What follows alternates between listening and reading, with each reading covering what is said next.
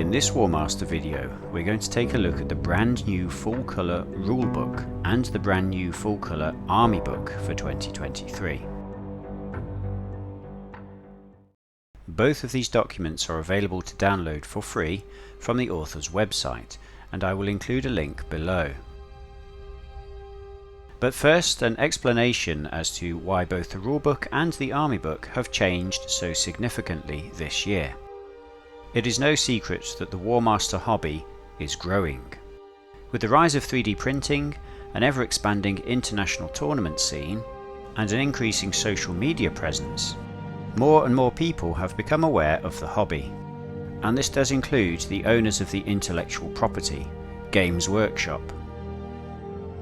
The Games Workshop legal team contacted the author of Warmaster Revolution, and as a result of their discussion, he has decided to remove all the original artwork belonging to Games Workshop from the copies of the rulebook and the Armies book, which are available on his website.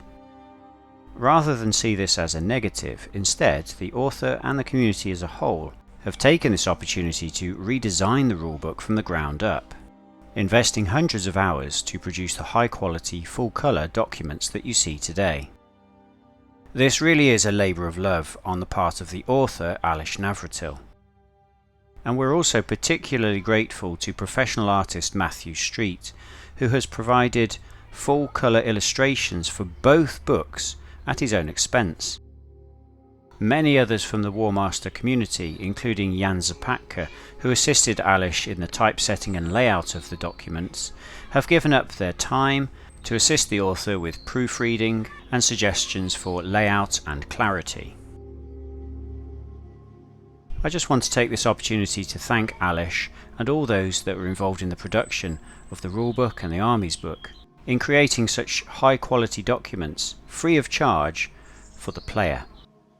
Warmaster Revolution rules are and always will be free at the point of access to anyone wishing to learn the game. The support for this new project from players all around the world has been fantastic, with many skilled miniature painters providing excellent quality photographs of their handiwork to garner the pages of both books, and this really helps to showcase the sense of community spirit that the Warmaster hobby encapsulates. So first let's look at the new rulebook itself. This is a 116 page document available in PDF format. The rules themselves have been laid out the same way that they have been in previous editions of the rulebook. So for this video I'm going to focus on what rules have actually been changed for 2023. Bear in mind that this edition is going to be the rulebook for the foreseeable future, so if you've always wanted a hard copy, now is the time to print one out. The first permanent rule change can be found on page 14. This clarifies that when a unit is given its first order for the turn, if that order is failed, then the unit is permitted a half-paced move. No restrictions apply to this move, so the unit may change formation if it wishes. However, a unit failing to receive an order still cannot charge. The rules go on to clarify that should a unit receive a further order, that is, a second or a third order in the same turn, and the command roll fails, then the unit may not move at all.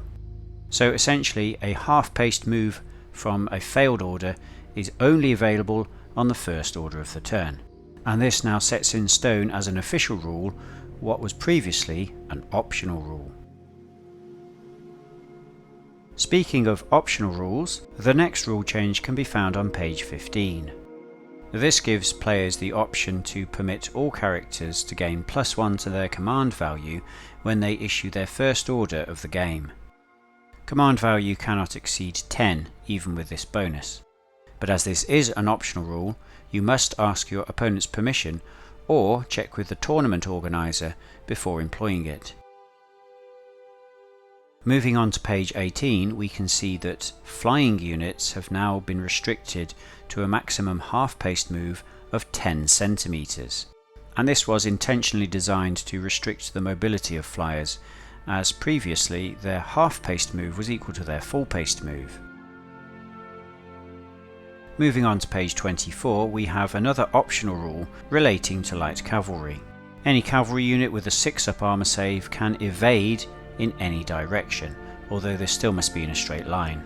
And once again, always check with your opponent or the tournament organizer before playing this rule. Moving on to page 44, we clarify that if a unit moves at half pace due to its failed first order, it cannot use this half pace move to enter a supporting position, which was previously a loophole in the rules. On page 47 you will see that the rules for pursuit have been clarified. Infantry cannot pursue cavalry or chariots retreating from the same engagement. Nice and simple to remember. However, there are 2 exceptions to this rule. Number 1, if a unit of infantry charges a unit of cavalry or chariots in the flank or rear, it is permitted to pursue those cavalry or chariots which it charged in the flank or rear for 1 round of combat. And number 2, if a unit of infantry charges a unit of cavalry or chariots which are in irregular formation, they are allowed to pursue them for 1 round of combat. Many players will have been using these rules as optional rules previously, but be aware that they are now official rules. And the same principle now applies to non-flying units who charge flying units. So non-flying units cannot normally pursue flying units, but if a non-flying unit charges a flying unit in the flank or rear, or charges a flying unit which is in irregular formation, then the non-flying unit is allowed to pursue the flying unit for 1 round of combat. And both of these rule changes are designed to make both cavalry, chariots and flyers a little bit easier to catch with infantry armies. The next rule change can be found on page 51 and is an optional rule. So remember, this requires your opponent's permission or the tournament organizer's permission to use. This rule applies to a charging unit which destroys its enemy completely in the first round of combat. In such a case, if the charging unit then makes an advance move, then it retains its charge bonus for that advance move. And this is designed to prevent the tactic of using cheap chaff infantry to slow down the charge of expensive, powerful units. The next rule change can be found on page 65 and relates to flying units. Although flying units still have a 100 cm full pace move, they can only make a maximum charge move of 60 cm. Furthermore, if they're in irregular formation, they may only make a half-paced charge move of 10 cm. And these rule changes are designed to rein in the power of flying units, as well as removing the tactic of deploying flyers in irregular formation to give them a 360-degree line of sight, which they could previously use to charge across the battlefield. On page 66 you will find an optional rule which requires your opponent's permission or the permission of the tournament organizer to use.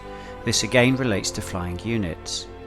Unless making a charge move, flyers must land more than 1 centimeter away from enemy units, and this reduces the likelihood of a flying unit being used to wipe out a retreating enemy after 1 round of combat. Page 74 introduces a new rule regarding the line of sight of artillery pieces on hills. Artillery can now no longer draw line of sight from itself to its target over intervening terrain pieces. Therefore, woods, built-up areas and other linear terrain pieces will now block the line of sight of artillery which is positioned on a hill. The next point can be found on page 77, the list of magic items. This is not a rule change but a typo. The battle banner is still listed as 50 points. However, this was reduced to 30 points in the last edition of the rules. Unfortunately, the proofreading team didn't spot this typo until the compendium was published. But don't worry, in the army book there is an updated list of magic items with the correct value of 30 points for the battle banner. Now I've raised this issue here to illustrate a point. Whilst the rules compendium is a very professional piece of work, the author has produced the document all by himself, and the proofreading team are all amateurs who've given up their time to cast their eye over the new version of the rules. We are all human and we miss things. So this is where you, the community, come in. When reading your copy of the new Warmaster Compendium, if you come across any typos or errors or other mistakes of any kind, please let us know. You can contact the author Alish from his website direct, or you can post your findings on the Facebook page or the Discord forum. This will allow the author to correct any errors which need changing, and by doing so, you, the player, get to improve the quality of the hobby experience for the community as a whole. The next changes can be found on page 82, and they affect the rules for scouting, which are still optional rules.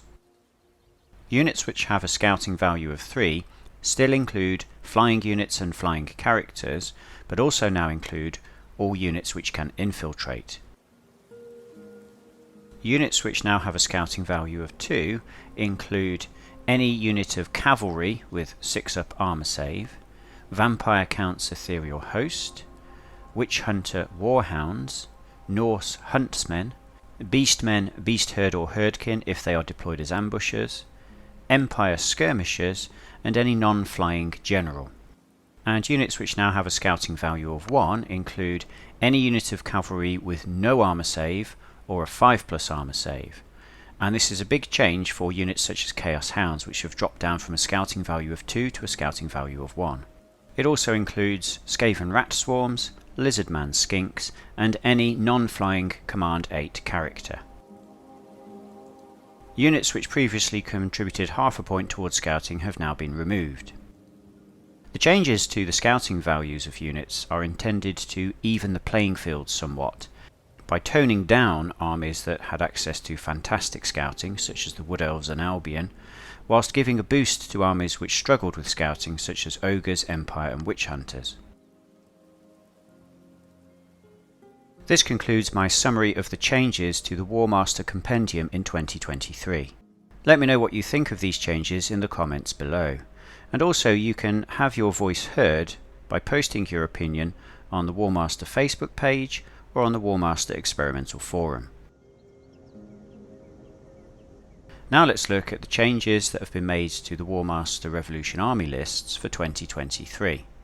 And please note that the previous process of publishing one updated army list and then another experimental army list has now ended.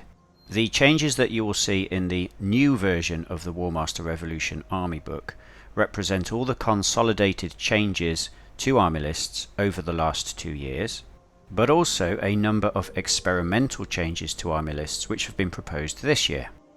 All of the changes that you will find within the army book have been subject to proposals by the Rules Committee, which have to vote on the proposals, and only those which succeed in a 2/3 majority are passed and become changes to the rules. There are also a number of minor editorial changes which are not subject to votes. But to clarify, all the army rules that you will find within this document are now official Warmaster Revolution Army rules. You do not need your opponent's permission to use them, and if you're attending a tournament, then this document now represents the most up-to-date official army list for all the armies. If you've watched my previous video about the rules changes for 2022, then you'll know that I've already covered a lot of the proposed changes to the army lists here. Therefore, for this video, I'm going to focus on the new changes for 2023. But first, a word of explanation. This year we've tried to enact as many changes as possible to meet the needs of the community who have raised issues with armies that they feel are underperforming, or to correct perceived errors or poorly written wording of army rules. This year more than most, we are in need of feedback from the community about how these changes will affect Games of Warmaster. So now it's over to you. Please post the results of your Games of Warmaster using this version of the rules on the Experimental Rules Forum or the Facebook page.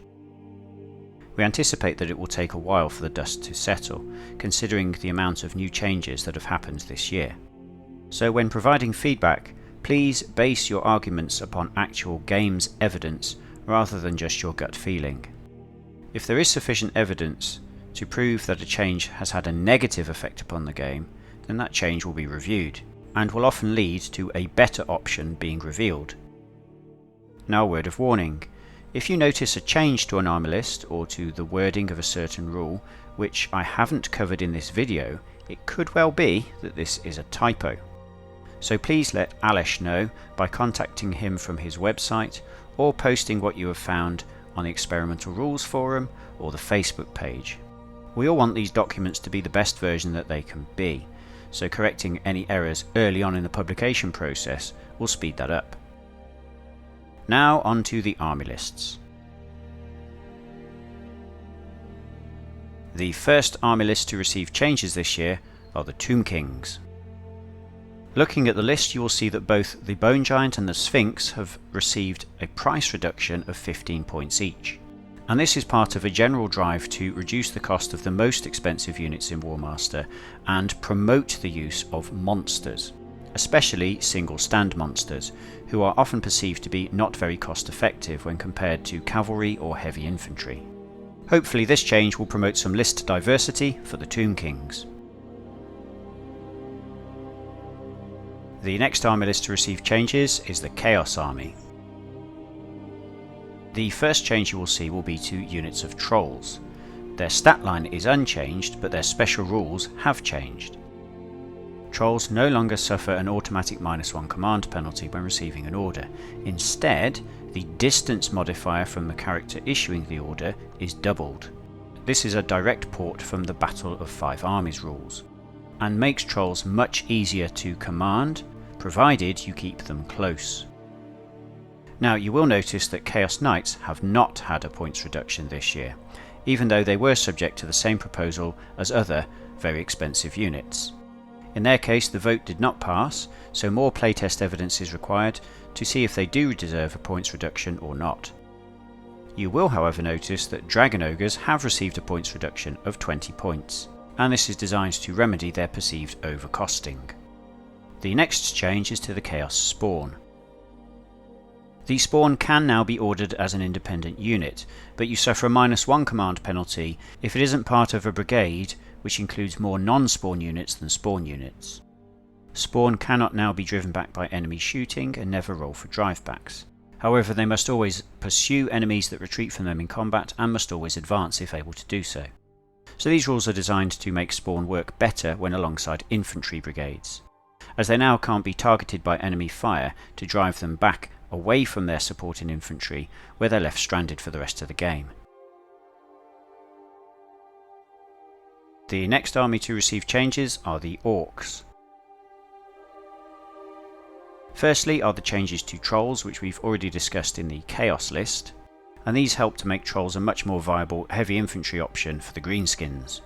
Secondly, you'll notice that the Giant has been reduced in cost by 15 points, and this is along the same principles as the reduction in points for the Sphinx and the Bone Giant in the Tomb Kings list.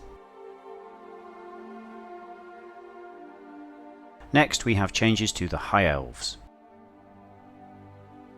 First, the Dragon Rider monster has been reduced in cost by 30 points, as it has always been perceived as one of the most overcosted units in the game.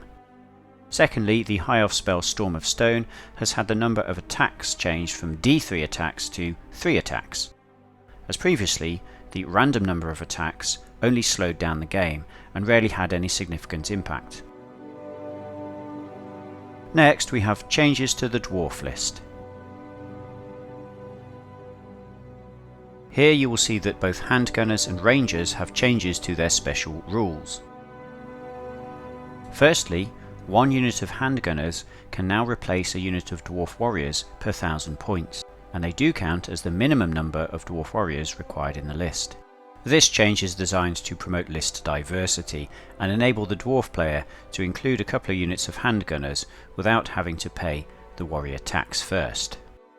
The next change is to units of Dwarf Rangers, and they have now gained the ability to infiltrate one unit per 1000 points, in the same manner as Way Watchers, Ninja or Gutter Runners. Their points cost has not changed, so Rangers now represent a viable threat to enemy artillery quite early on in the game. Next, we shall discuss the changes to the Skaven list.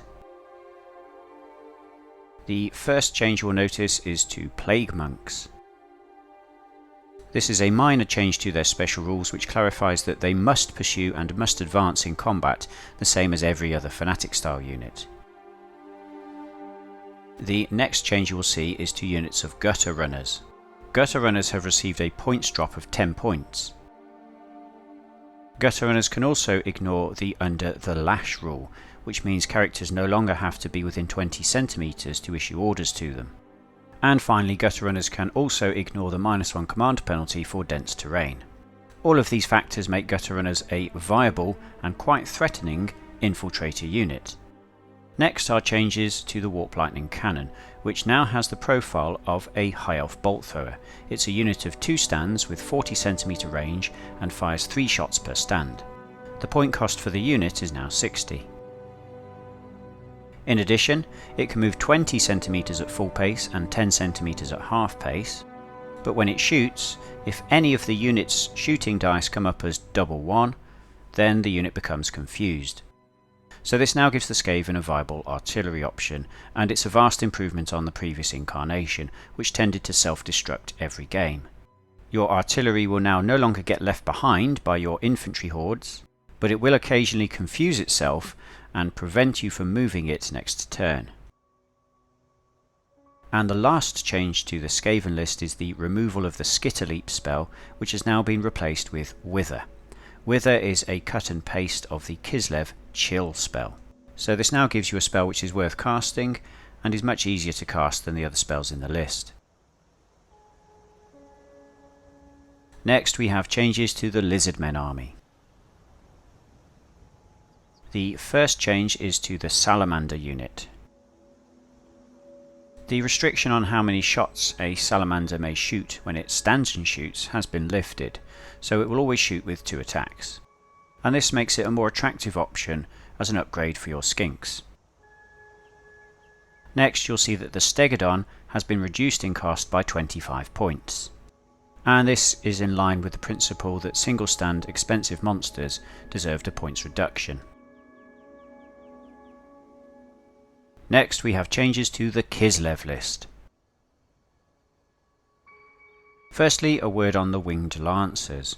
They were subject to a proposal to grant them an extra attack in the first round of combat at all times, in the same way that Cold One Riders and Wild Riders do, but this vote failed. So for the time being they will remain as they are. Next, a big change to Kislev Bears. First of all, their points cost has been reduced to 90.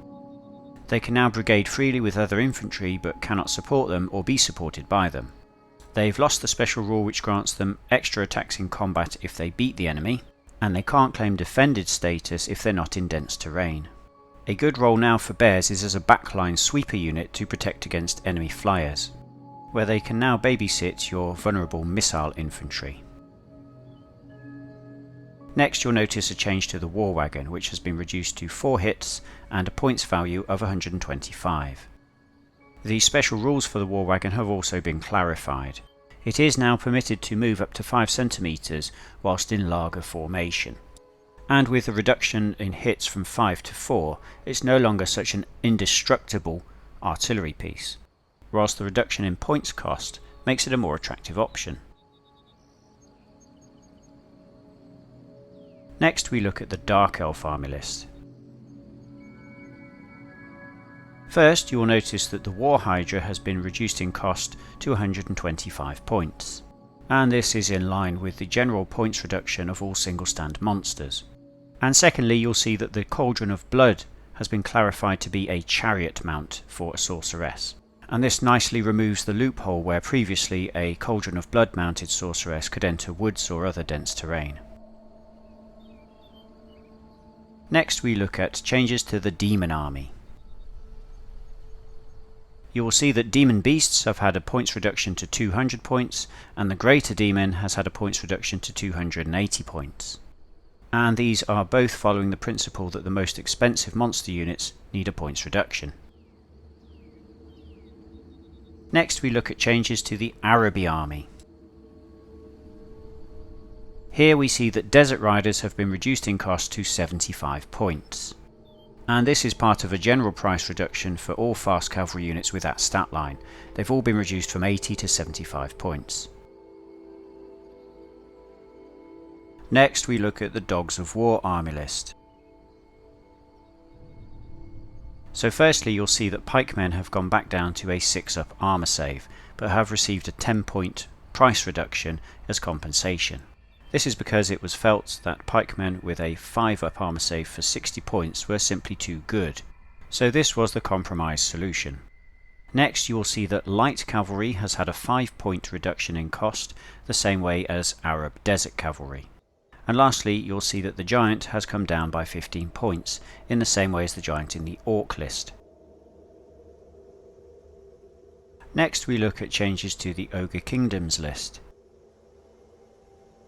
First I'll talk about Ogre Lead Belchers. They were subject to a similar proposal to that of Dwarf Handgunners, in that it was proposed that 1 unit of Lead Belchers per 1000 points could replace 1 unit of Ogre Bulls and still count towards the Bull minimum. However, this vote failed, as it was felt that Bull Ogres best represent the core troops of an Ogre army. Lead Belchers did however get a slight special rules clarification, in that it is their shooting attacks that impose -1 armour save penalty to the enemy, not their close combat attacks. The next change has happened to Yetis, and this is a significant change for them. They now are a direct cut and paste of the new version of Kislev Bears. So they remain at 5 attacks, they've gained a hit but lost their armour save, and now weigh in at only 90 points a unit. They gain +1 attack on the charge, but can only support or be supported by other units of Yetis, and they must pursue and must advance if able to do so. So in the same way as Kislev Bears, they now function as a very good backline sweeper unit. The next unit to be changed are Gorgers. Gorgers have been changed from monsters to infantry, and now have the profile that Yetis used to have: 5 attacks, 3 hits and a 5-up save, for 110 points. Gorgers now have the special rules that Yetis used to have. You always suffer a -1 command penalty when issuing orders to them, but they ignore distance modifiers from the character. Gorgers can pursue any type of retreating enemy. In addition, Gorgers can now infiltrate in the same way as gutter runners, and they never suffer the -1 command penalty for dense terrain. In effect, the Gorger unit now provides the Ogre army with some much needed threat projection. The next change to the list are to Rhinox Riders, who have come down in cost by 20 points, following the principles of reducing the cost of the most expensive units. The next big change to the Ogre list is the introduction of a brand new unit, Saber Tusks. These are cavalry with a Chaos Hound profile, limited to 1 per 1000 points. They give the Ogre army some much needed mobility and provide a good accompaniment to your Rhinox Riders to protect them from enemy artillery. Lastly, you'll see that the Slave Giant has come down in cost by 15 points in the same way as other giants in other lists. The final change to the Ogre list is to give all the Ogre spells a 30 cm range, instead of 20 cm as they had previously. This also means that the Bone Cruncher spell is now a cut and paste of similar spells from other lists. The next changes are to the Albion list. Firstly, you'll see that the Giant has come down in cost by 15 points in the same way as other armies. Next, you'll see that the Mists of Albion spell has been clarified that it can only be cast on unengaged friendly units. Next, we look at changes to the Goblin list. Firstly, you'll see that Trolls in the Goblin list have the same special rules now as Trolls in the Chaos list and the Orc list. Much easier for your little gobbos to command.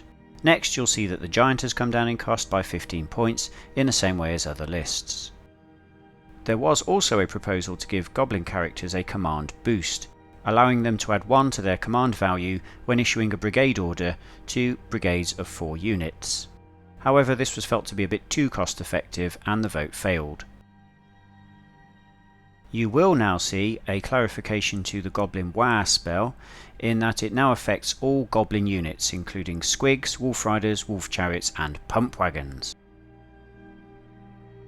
Next, we look at changes to the Witch Hunters army list. Firstly, the Doctrine of Sigmar and Divine Curse spells now have their wording clarified so that they're identical to their equivalent Empire spells.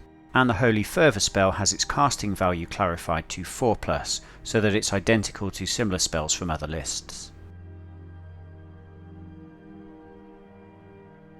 Next, we look at changes to the Chaos Dwarf list. Firstly, you'll see that the special rules for blunderbusses have changed. You can now substitute 1 unit of blunderbusses per 1000 points for an equivalent unit of Chaos Dwarfs, while still counting for the Chaos Dwarf minimum, and this promotes some diversity of list building in the same way as the Dwarf army. Next, the special rules for Hobgoblins have changed.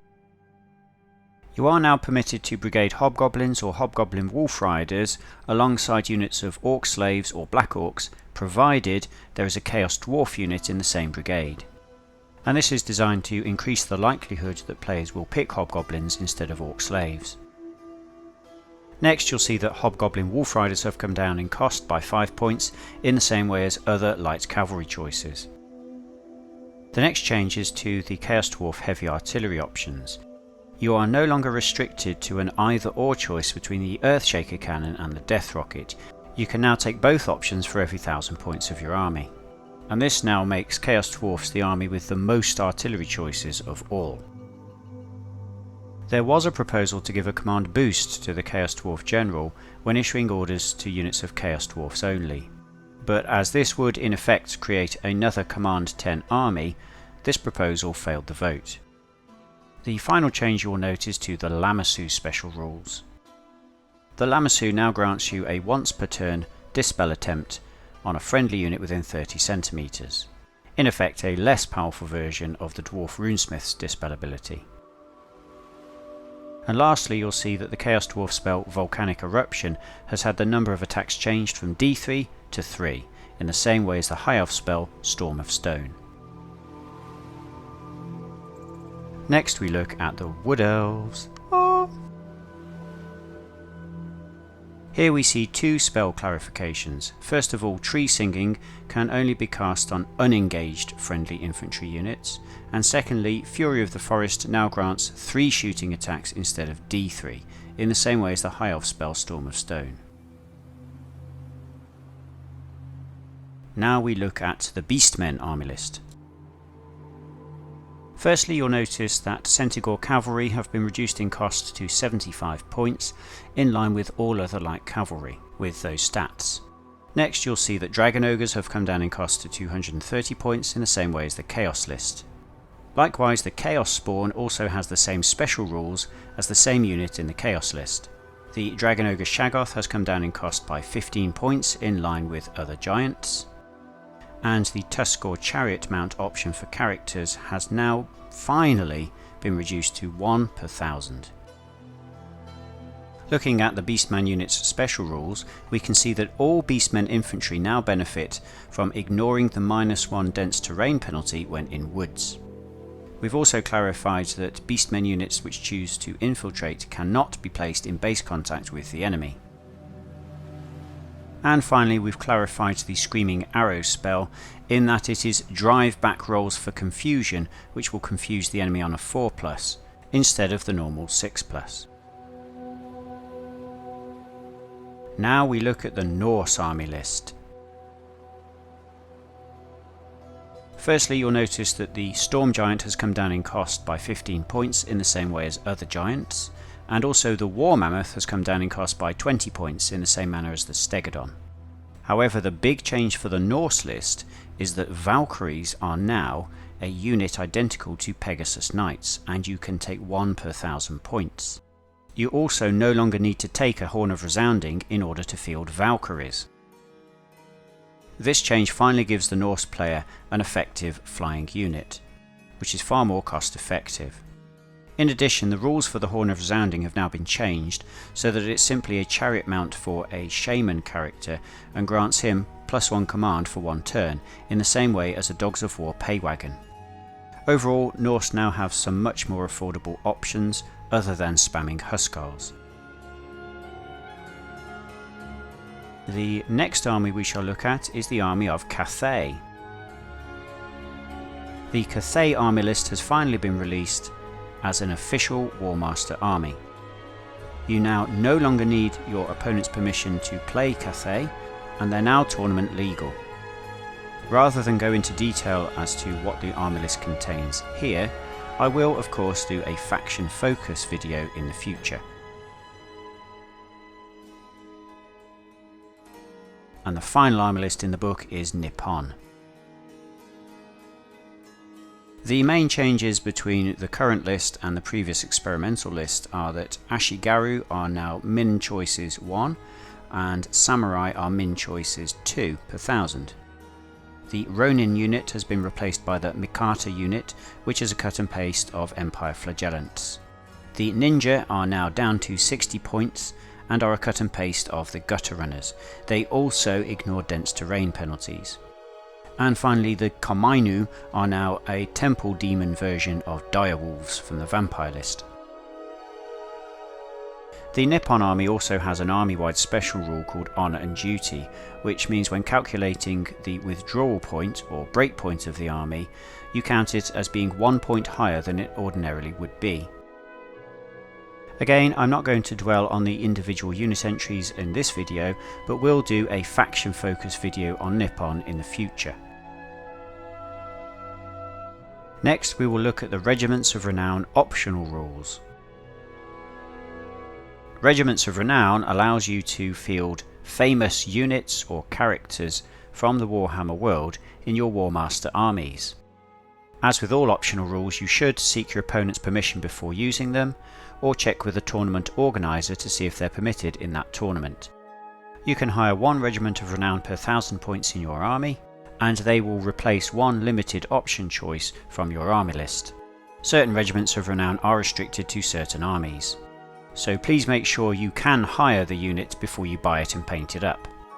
Because each Regiment of Renown contains a named character, the unit or the character piece will have an additional attack on top of what is printed on their profile, in the same manner as a unit equipped with the Sword of Might. Conversely, Regiments of Renown cannot be given their own magic items, cannot be affected by friendly spells, and if they are part of a brigade which blunders, they roll their blunder separately.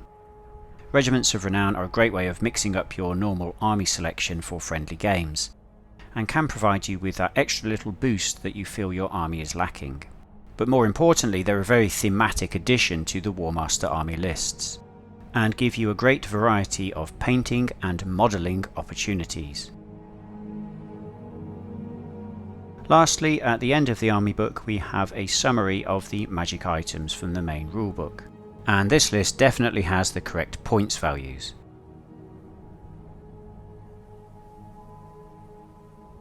So this now concludes my summary of the changes to the rulebook and the changes to the army book for 2023. This year has seen the biggest change to army rules since the Warmaster Revolution Rules Committee was founded, with only the Empire, Bretonnia and the Vampire counts receiving no updates. Please let me know what you think of the rules changes for this year in the comments below. And don't forget to post your feedback on the Experimental Rules Forum or the Facebook page for Warmaster. I will include the links below.